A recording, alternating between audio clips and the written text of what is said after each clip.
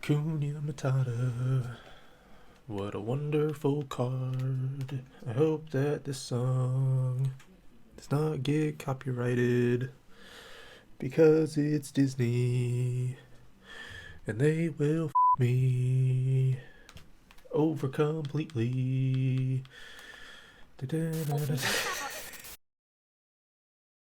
What is going on, guys? It is DMG here, and today we are going to be taking a look at the Headliners Acuña card, which he actually got a massive pace boost, which is great because that was one of his lower attributes, so it's good to see him get a pace boost. Now, typically he does actually have a very good card on him. However, the downside to his card is that he usually is playing left back because that's his position. However, he's not really fast enough to be playing at left back, and typically his passing and his dribbling are too good to be at the left back spot. So, I think his best position, especially this card, is going to be at defensive mid. And so that is where we are going to be playing him. Now, obviously that comes with some good and bad things. Obviously, the good thing with him being at left back is his price is going to be down a little bit. If he was playing at defensive mid, it'd probably be, double the price. However, that also means that we're going to have to find someone to kind of fill his spot. So what we did instead is we did this team. We got one of his Sevilla teammates, Delaney, but instead of putting Delaney just in that left back, we're actually going to go to a 3 at the back. So then Delaney,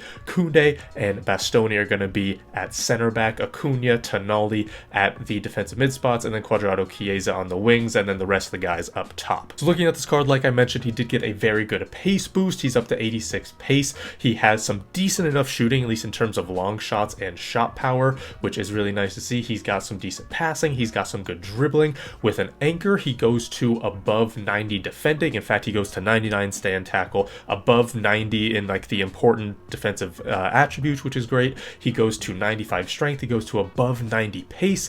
This guy could be one of the best defensive mids in the game, but again, saying that means that you have to find someone to put in his place in that left back if you do keep a 4 at the back, or you're gonna have to change your team around to go to a 3 at the back. So essentially, I do think Acuña is going to be good, but it's going to be, is he good enough to kind of switch your team and kind of change everything around and find someone that you're willing to, maybe sacrifice a not so good left back so then Acuña can go play defensive mid. We're going to find that out in this video. First game, and holy shit, dude, like first game and we have Maradona. All right, that's good. That's good. I enjoyed that. Thank you. All right, Acuña. All right, no, we're fine. We're fine. We're all good. Acuña, got to run back. He feels like the fastest player on the field. Come on, Acuña. There we go. Nah, like it's literally Conte. Like it's how many minutes in, and it's Conte. How many minutes in, and he feels like Conte. Up and over. Please get there. That's what I'm talking about. Eto'o, please. Thank you. And it starts from an Acuña interception tackle, whatever it was. Acuña, he feels he's a better Conte. He's a better Conte. Dude, I don't know how many interceptions he already has. Nah, he feels disgustingly fast. I don't think I've ever, like, Vinicius doesn't feel that fast. I feel like he could be, I think Acuña could be, like, the lone defensive mid. I think he's genuinely good enough for that, too. Acuña, thank you. Look at this. Look at this. Look at this. Look at this play. Look at this play. He's unreal. Like, I want him to go forward. Like, I have Tonali, but I want him to literally do everything. Like, run back, defend, and then go forward and provide. Like, because he's so good at literally everything. Jesus, dude, how does he keep these in consistently? Acuña, right place, right time, as always. Lovely. Good. Up and over, and that's going to be a goal. Thank you. Thank you. Thank you. Thank you. That's very good. That's going to be a rage quit, please. Please. Come on. Thank you. Literally, it's the first game, right? And I've mentioned, like, he is unbelievable. Look at this. He had 1 assist, and he is the second highest rated in the team, right? Eto'o deserves man of the match, right? 2 goals, 1 assist. Fair enough. Look at Acuña, though, right? He had an assist. He was 5 for 5 in terms of possession, 2 and 4 in terms of tackles. He had 4 interceptions. He had more than the rest of the team combined. He could be special. He could be someone that you literally build your team around. And to say that about a defensive mid, that's extra special, right? You usually hear that about, like, at attackers, right? If you get like a Samuel Eto'o or like a Vinicius Jr., you build your team around them. You never hear it about like defensive-minded players. He could be that good. It's only one game, so we have to see, but he could be that good. Next up, we have a Prem/French/La Liga hybrid. All right, that's a bunch of French players. Who would have thought France overpowered in FIFA? No.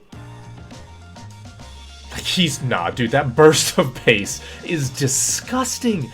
How can someone who's defensive-minded be that good at just dribbling? Like, nah, he is unbelievable. He is a Conte who can go forward, pass, and dribble, and who is, like, faster. And more physical.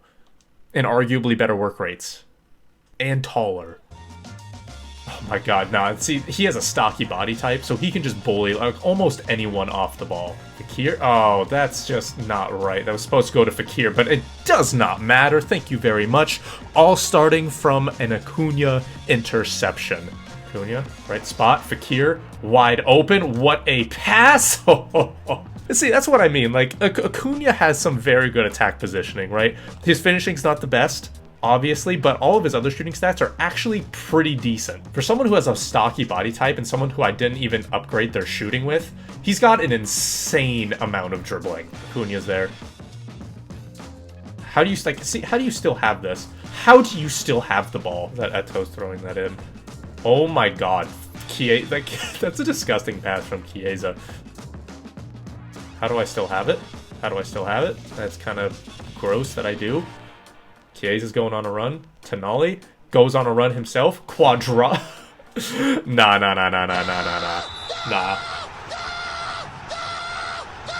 That's a disgusting goal. That's a disgusting, well-worked goal. The fact that he gets it through to Chiesa, all of that, like, Acuña wasn't even involved in that. That's just an insane goal. Come on, man. Second game, and we saw a little bit more of Acuña's attacking abilities rather than his defensive abilities. I don't think he's man of the match. Apparently, I have no idea how the hell they rate any of this, I guess. Either way, he did get another assist. He was 2 for 4 on tackles, 6 for 14 in terms of possession, but we did try to dribble with him a little bit more.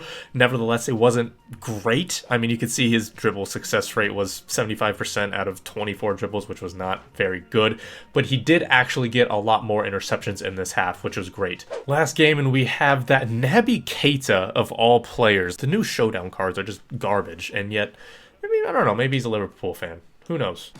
Acuña, this is all you. Good. No, that's perfect. That's exactly what I wanted you to do. That's fantastic. Look at this, and then he's back to it in the attack.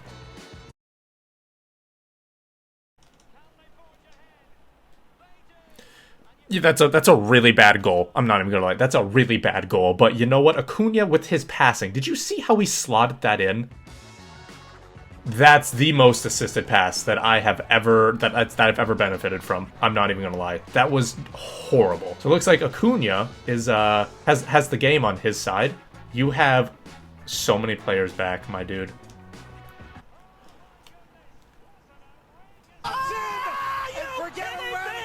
Ecstasy! Astonishing! This is not just a dream, it's a wet dream of orgasmic proportions.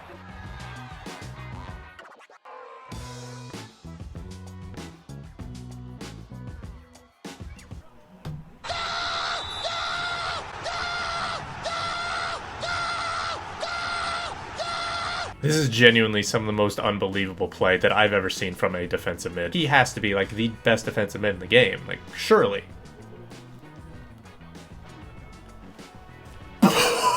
Shut the hell up, dude. I'm just gonna yoink that from you. I hope you don't mind. Oh, this play. Oh, this is, I think he's worth building your team around. Delaney, Chiesa, Acuña. The defensive abilities of this team, second to none, really. Eto'o, and thank you very much. That should be another rage quit. So Acuña with a 9.0 rating. I'm not sure how he did better than Vinicius with 4 assists. I feel like that's probably a little bit harsh on him. Still though, Acuña second highest in the team. He gets a goal. He played a major part in the second to last goal, I believe in the 4th goal, where he gets a tackle, does a roulette around Vieira or one of his players, slots it through to Vinicius, who then gets it to Cuadrado, I believe, who scores it. So he played a huge part in a couple of the goals. In terms of defending, he had interception, 2 of 3 in tackles. He did very well there. He was a lot better in terms of possession this time, with 3 of 5 in terms of possession. He had a 100% dribble success rate, 23 of 23, and he had a 96% passing accuracy. I mean, in 3 games from defensive mid, he managed to get a goal contribution a game. In fact, and that's actually exactly what happened. It's not as if he just had one great game. He literally got an assist in the first game, assist in the second game, and then a goal in the third game. While also, again, keep in mind, he got I think, pass 2 an assist in that last game as well. So this guy is arguably one of the most fun and insane players that I have ever used in this game. Now, he's currently 150k. I just want to make sure that's actually still his price. Why do I always buy at like literally the worst times? Obviously, the major down point of his card is that he's a left back, when in actuality, he's clearly a defensive mid. So you do have to find some other players to link him around.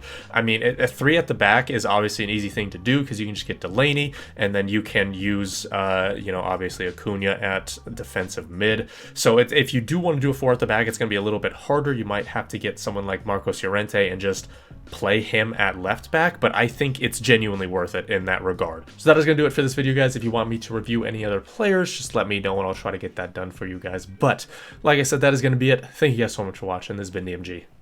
Peace.